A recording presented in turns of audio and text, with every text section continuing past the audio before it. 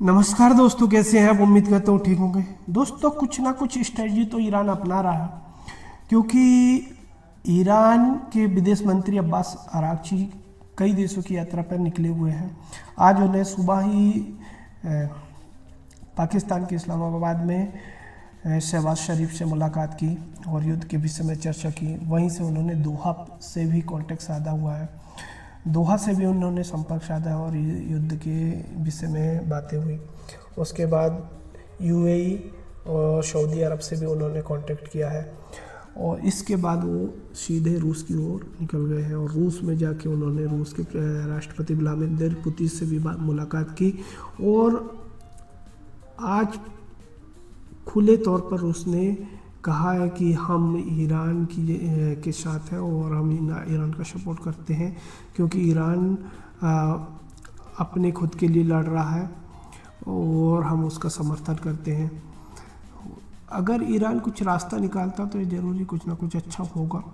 वहीं यूएसओ में भी एक मीटिंग चल रही है। यूएसए कहता है कि अगर अब युद्ध विराम के फैसले पर अगर ईरान रेडी नहीं होता है तो अब उसके पास बहुत कम समय बचा है। डोनाल्ड ट्रंप ने कहा है कि हम उसकी पाइपलाइन पर हमला कर देंगे, जिससे ऑयल और पेट्रोल का प्रोडक्शन होता है, निर्यात होता है। तो अगर हम उस पर हमला कर देंगे तो प्रोडक्शन बहुत कम हो जाएगा, क्योंकि सेम पाइपलाइन बनाना अब सेम बहुत मुश्किल हो जाएगा और उससे प्रोडक्शन बहुत कम मात्रा में हो जाएगा और जिससे एक्सपोर्ट भी कम हो जाएगा, जिससे उसकी इकोनॉमिक्स ग्रोथ रुकेगी। तो वहीं यूएस के विदेश मंत्री मार्को रूबियो ने कहा कि ईरान युद्ध विराम के लिए गंभीर है और वो इस चीज़ को बहुत जल्दी ही कुछ अच्छा करेगा और युद्ध विराम के लिए कुछ सोच रहा है, क्योंकि वो भी जानता है कि युद्ध विराम करना ही सही रास्ता है, उसके पास कोई रास्ते नहीं बचे हैं।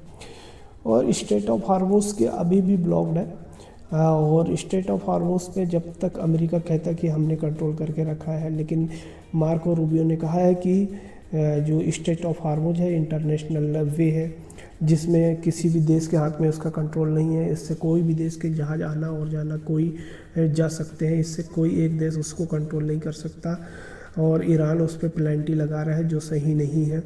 अब ये अगर ये चीज़ें होती है, अगर बढ़ती है तो और ज़्यादा परेशानियों का सामना करना पड़ेगा। वहीं तो इंपोर्ट और एक्सपोर्ट दोनों प्रभावित है, वैश्विक मंदी चल रही है और वैश्विक स्तर पर परेशानियां अभी भी कंटिन्यू बढ़ती ही जा रही है। अगर ये युद्ध और कंटिन्यू बढ़ता है तो दुनिया में सबसे ज़्यादा 3 चीज़ों की सबसे ज़्यादा प्रॉब्लम फेस करनी होगी। सबसे पहले तो तेल, गैस और उर्वरक, जो हमें सबसे ज़्यादा इम्पोर्टेंट है वो, क्योंकि हमारी जो इकोनॉमिक है, हमारा जो देश है, सबसे ज़्यादा कृषि पर निर्भर है। तो अगर उर्वरक नहीं मिलेगी तो हमारा देश वैसे भी आर्थिक मंदी में जूझेगा और सारी चीज़ों को समस्याएँ बढ़ेगी। तो ऐसा नहीं है कि हमारा देश ही है, दुनिया के सारे देश इस चीज़ से परेशान है। वहीं फ्रांस के राष्ट्रपति एमैनुअल मैक्रों ने कहा है कि हमें ईरान के से बात करेंगे कि यह और स्ट्रेट ऑफ हार्मोज को ओपन करें।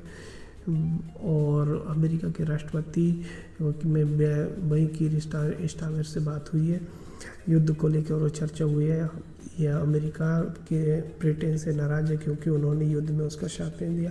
तो ये सब चीज़ें हो रही है दोस्तों। शायद हो सके कि ये युद्ध कंटिन्यू चले या बहुत जल्दी समाप्त हो। ये स्ट्रेटजी अब चलती रहेगी। अब हो सकता है कि बातें हो और कंटिन्यू हो।